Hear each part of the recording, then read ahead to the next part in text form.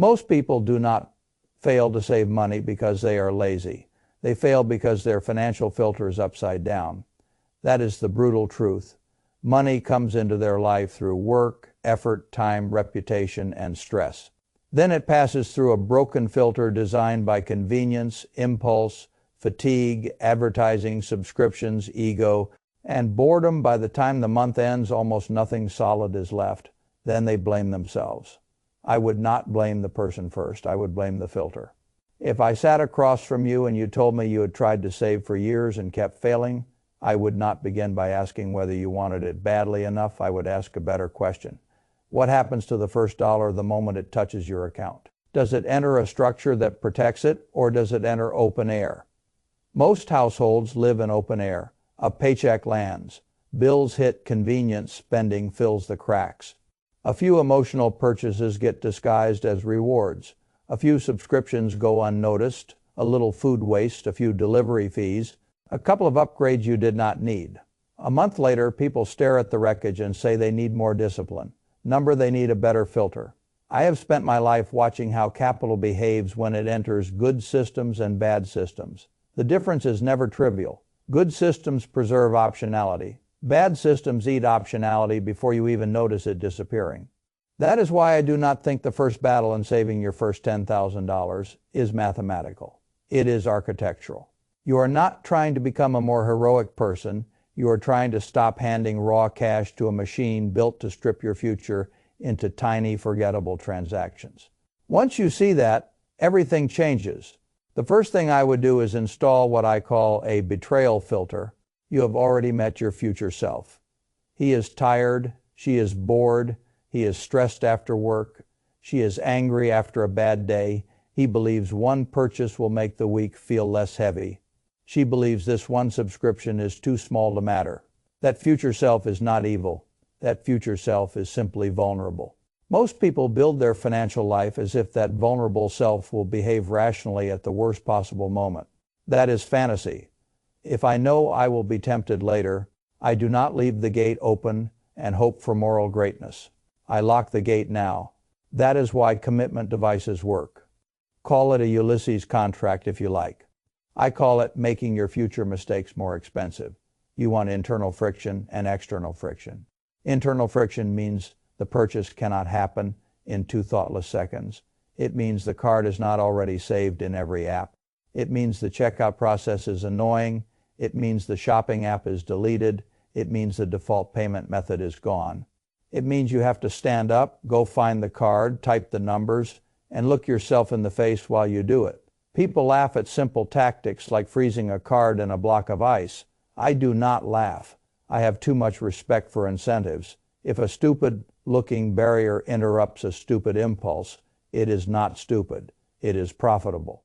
External friction is even stronger because it adds reputation and embarrassment to the equation. Tell a friend that if you break your rule, they keep your deposit. Put a penalty between yourself and the urge. Make the impulse answer to someone outside your own mind. That is not weakness. That is strategic self-knowledge. The average person keeps treating impulse spending as a personality problem. I think that is one of the costliest misunderstandings in personal finance. Impulse spending is often a speed problem. The desire moves faster than your judgment. So your job is not to write a speech about values. Your job is to slow the mechanism. Every second of friction gives judgment time to catch up.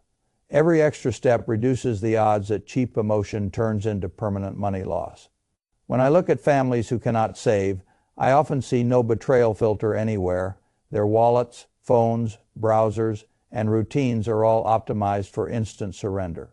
Of course, money disappears. They built a slide, not a vault.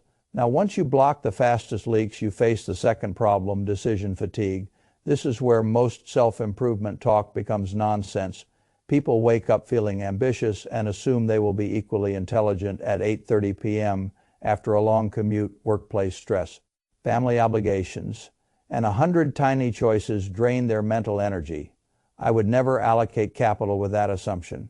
I would not trust a tired boardroom to make the best acquisition decision of the year at the end of a 12-hour day. Yet ordinary people expect their exhausted evening brain to protect their entire future. That is insanity disguised as optimism. If you are serious about saving money, you must stop relying on mood and start relying on motion. I trust systems more than feelings. I trust automation more than intention. I trust a well-designed flow more than a perfectly motivated Monday morning. That is why I would build what I call an automatic filter. The moment income hits, the money for the future should move before your brain begins negotiating against itself. A portion goes where long-term ownership lives. A portion goes where safety lives. A portion stays available for bills and ordinary functioning. But the key principle never changes. Your future money must leave the danger zone quickly. Most people do the opposite. They let their entire paycheck pool in one visible place. Then they decide over and over what deserves to happen next. That sounds flexible. It is actually fatal, because every repeated decision is another chance for comfort, vanity, or fatigue to win. I would rather have a so-called boring system that makes good behavior inevitable than an exciting system that depends on inspiration. A good automatic filter feels almost unfair in its simplicity. Retirement contributions move without drama. Savings transfers move without drama. Bills get paid without drama. The monthly management effort shrinks, and once management effort shrinks, the odds of sabotage shrink with it. This matters more than people think.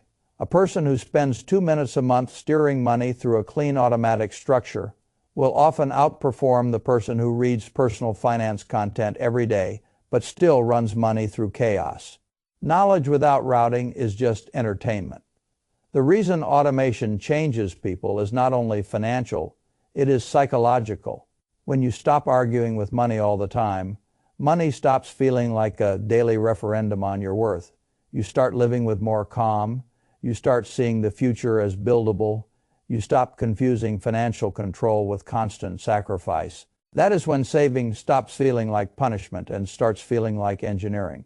But even with a betrayal filter and an automatic filter, one major predator remains: dopamine. Most people think buying makes them happy. That is only half true. Very often, the strongest chemical rush comes before the purchase, not after it. The hunt, the imagining, the almost, the tiny fantasy that the next package, the next device, the next outfit, the next kitchen gadget, the next little reward will correct some invisible discomfort inside you. I have watched this pattern play out in every income bracket. Poor people do it, rich people do it, people with no savings do it, people with 7 figures do it. The scale changes. The mechanism does not. I call it the anticipation tax. You pay real money to relieve a feeling that was often manufactured by anticipation itself. And the ugliest part is this: once the item arrives, your brain resets. The thrill fades. The object becomes normal. The charge remains. That is why I like a cooling filter. The simplest version is the 30-day rule.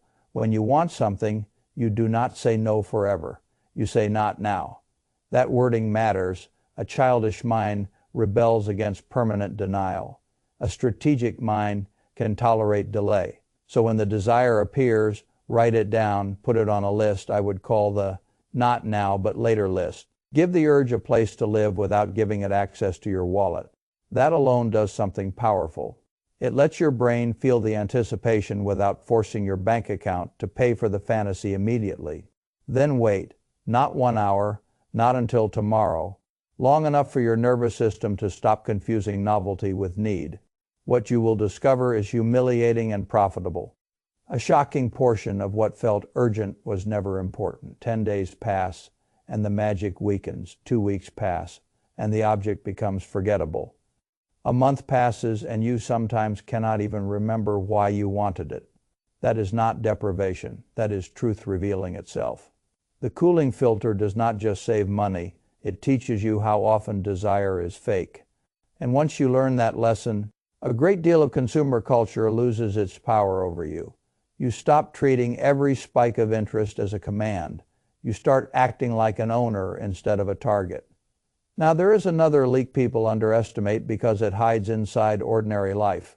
Replacement drift. People buy as if every new object is innocent. It is not. Every object comes with maintenance, storage, clutter, identity pressure, and often future replacement pressure. A house full of undisciplined buying is not a sign of abundance. It is often a sign that nobody inside the house understands capital cost beyond the sticker price. That is why I believe in a replacement filter. If something is broken, worn out, or no longer fits the real function you need, replace it. Fine. But do not pretend a craving is a requirement. There is a severe difference between replacing and accumulating. Replacing preserves utility. Accumulating usually feeds leakage. And if you do replace, I would look secondhand before I look new. There is no law of the universe saying new automatically means better. In many categories, especially ordinary goods, secondhand means somebody else already paid the vanity premium, and you get the function. Sometimes the quality is even better because older goods were built for durability rather than trend. That matters because quality and price are not married. Only amateurs assume they are. The smartest capital allocators I know do not automatically buy the newest thing. They buy the best value. Adjusted function, that mindset is not cheapness, it is precision. Then once the replacement enters, the old item leaves. That rule looks small. It is not. It keeps your life from becoming an inventory problem dressed up as comfort. One item out forces honesty. It forces you to ask whether the new object actually deserves space in your financial and physical world. Most things fail that test. And if you have managed just fine without owning something up to this point, that fact deserves more respect than a moment of wanting. You do not need everything that briefly fits your imagination. Now let me give you the part most people avoid because it removes the last excuse. A great many adults cannot save, not because they are reckless monsters, but because they are financially undefined. They do not know the few numbers that actually control their situation, so they live inside emotional fog. Fog is expensive. You cannot improve what you refuse to measure. That is why I would build a mapping filter. I want 4 numbers in front of me. I want capital. That is the take-home amount that actually arrives after tax, not the salary fantasy, the real cash that lands. Then I want core needs, housing, utilities, basic food, transportation required to keep life functioning, necessary survival costs. Then I want the choice bucket. That is the category where comfort, entertainment, convenience, lifestyle preferences, and impulse all try to disguise themselves as inevitabilities. Then I want the compound number, that is the amount truly going toward ownership, reserves, investment, and future freedom. Those 4 numbers tell a story more honest than almost anything else in your life. If your capital is decent, but your compound number is microscopic, you do not have an income problem alone. You have a filter problem. If core needs are crushing everything, you have a structure problem that must be attacked with seriousness. If the choice bucket keeps swelling, you have a behavioral problem disguised as modern living. If the compound number rises steadily, your future is beginning to take shape. This is why I call it a money map.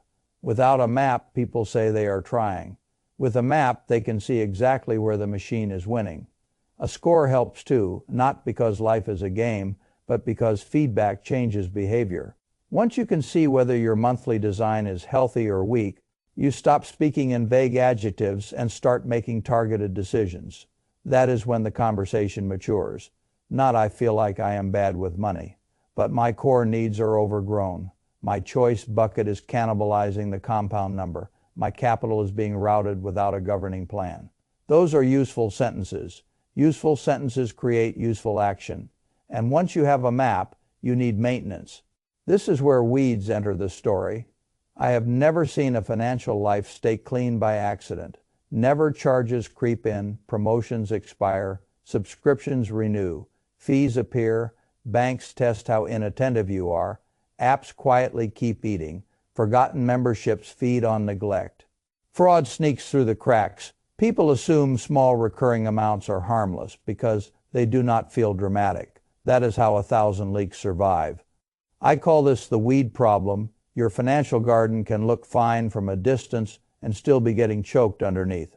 So every quarter I would run an audit filter, pull the statements. Look at recurring charges.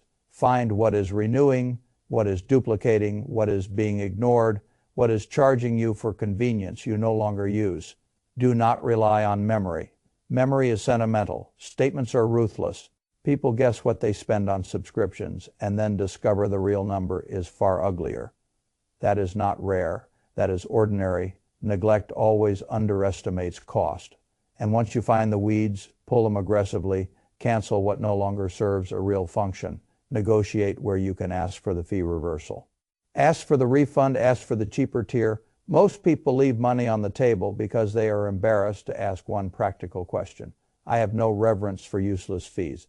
I would rather keep the capital. The quarterly audit does something bigger than cut costs. It reminds you that your financial life is alive. It is not a static spreadsheet. It grows in the direction of the incentives around it. If you do not prune it, others will harvest it. That principle applies everywhere. Retailers are harvesting it. Subscription models are harvesting it. Convenience platforms are harvesting it. Delayed attention is how they get paid. Now let me show you why so many good intentions still fail after all of this, because a system once built still requires contact, not constant obsession. But contact, many people tell themselves they will watch spending more carefully. Then they try to bolt this new behavior onto a life already running on autopilot. It feels unnatural, annoying, and easy to forget. A week later, the good intention is dead. That is why I like what I call an anchor filter. You attach the money habit to an existing brainless habit. You do not build the behavior in empty space. You piggyback it onto something already rooted. While the coffee brews, check yesterday's transactions. When you brush your teeth at night, glance at upcoming bills. After you feed the cat, move a small amount to savings. When you sit down for your commute, open the budget app before opening entertainment. The money habit becomes a shadow attached to an existing rhythm. That is powerful because the brain loves routines more than noble speeches. Once the check-in becomes as automatic as making coffee, awareness stops feeling like effort. And awareness is not a trivial thing. Awareness is the first wall between you and self-deception. A person who sees yesterday spending every morning is much harder to fool than a person who waits for a monthly disaster and calls it a surprise. That is how small routines become financial force multipliers. They do not look dramatic. They are dramatic. You do not need to become a monk to save $10,000. You need to stop running money through a childish filter. That is the real message. The modern world trains you to think in isolated purchases. A coffee here, a delivery there, a subscription that seems tiny, a gadget that appears harmless, an upgrade that feels deserved. The world never shows you the full river. It shows you droplets. That is deliberate. Droplets do not frighten you.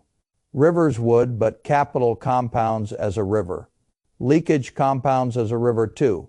And that is why I care less about the morality of small spending and more about the direction of flow. If the flow favors consumption by default, your future is being hollowed out even while your daily life feels normal. Normal is often the most expensive word in finance. Average households do not usually go broke in one dramatic cinematic moment. They get nibbled into weakness. Then one real problem arrives and exposes how little margin existed all along. That is why I like the $10,000 target so much. Not because $10,000 makes you rich. It does not. But because the path to $10,000 forces you to stop being porous. It forces you to build containment. Once you can hold the first meaningful stack of liquid capital without instantly dissolving it into lifestyle, you have crossed a psychological border. You stop seeing money as something that comes in and goes out. You start seeing it as something that can stay. That is a profound shift. And when money can stay, money can eventually work. Before that, all talk of investing, freedom, ownership, and compounding is built on sand. You cannot ask capital to grow if you have never taught it to survive. This is where many people sabotage themselves with pride. They want complicated investing talk before they have basic containment. They want strategies, tickers, tax optimization, side hustles, and advanced allocation, while their monthly filter still lets impulse, fatigue, and leakage grab the steering wheel. I have no interest in decorating weakness. I would rather make the base brutally solid. Build the betrayal filter, build the automatic filter, build the cooling filter, build the replacement filter, build the mapping filter, build the audit filter, build the anchor filter. Once those are in place, saving the first 10,000 stops looking mystical. It becomes the byproduct of a system that finally respects capital. And let me be direct about something else. A great many purchases people call small joys are not joys at all. They are anesthesia. That is why they never satisfy. You cannot medicate structural financial weakness with treats. You cannot buy your way out of depletion using the same behaviors that created depletion. You cannot shop your way into peace. Peace comes from margin. Peace comes from knowing an expense will not break you. Peace comes from seeing reserves grow. Peace comes from refusing stupidity because you finally have cash, clarity, and choices. That is what your first 10,000 is really buying. Not a number refusal power. The ability to say no to panic, no to predatory debt, no to every emotional sale pitched at your tired evening brain. No to emergencies turning into disasters. No to the humiliating feeling that one broken appliance or one medical bill or one missed paycheck can throw your entire life into chaos. People underestimate the dignity stored inside a clean cash reserve. I do not. I think dignity and liquidity are closer relatives than most people realize. That is why I get impatient when I hear saving discussed as if it were some Puritan ritual of saying no to every pleasure. That misses the point. Good saving is not a life of permanent shrinking. It is the installation of a filter that lets what matters stay and lets what is trivial pass away. That is not punishment. That is adult design. When I invest in a business, I want to know how cash moves through it, where it leaks, where management lies to itself, where incentives are weak, and where process can be improved. I would examine your household exactly the same way. Where does cash arrive? Where does it disappear? Where is the filter broken? Where is friction missing? Where is automation absent? Where is dopamine dressed up as necessity? Where are recurring charges growing like mold in the dark? Where is no one looking? Answer those questions honestly and the mystery vanishes. You do not have a mystical money curse. You have a system that is overpaying for convenience, underestimating anticipation, and leaving the gate open at the point of maximum weakness. That is fixable, completely fixable.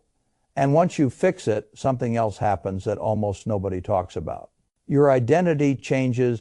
You stop seeing yourself as a person who is always trying to get better with money. You become a person whose money moves through rules. That identity is sturdier. Trying is fragile. Rules are durable. Trying depends on weather. Rules survive weather. Trying collapses when life gets ugly. Rules keep routing the cash when you are distracted, exhausted, or discouraged. I would choose rules every time. If I were in your position and I wanted my first $10,000 faster, I would not begin with a vow. I would begin with a redesign. Today I would remove the easiest routes to impulsive spending. Today I would force future purchases to answer to friction. Today I would automate the first flows the moment income lands. Today I would start the not now but later list. Today I would decide that replacements are allowed and accumulation is suspect. Today I would map the 4 numbers that actually govern reality. Today I would schedule the quarterly weed pull. Today I would attach one money behavior to one existing daily routine. None of this is glamorous. That is precisely why it works. The world sells glamour because glamour is easy to market. But wealth usually begins when boring structures get repeated long enough that your future stops leaking. And now you arrive at the real test. You can keep living as an open filter. You can let every paycheck arrive like rain on sand. You can keep telling yourself you need more motivation, more income, more perfect timing, more confidence, more hacks, or you can admit the truth. Your future is not being stolen in one dramatic event. It is being filtered badly every single week. That means your rescue does not begin with hope. It begins with design. So here is the door. Either you keep feeding a broken filter that turns effort into vapor, or you build a harder filter and watch the first real stack of capital stay in your life long enough to change what your life allows. That is the choice, not someday. Now,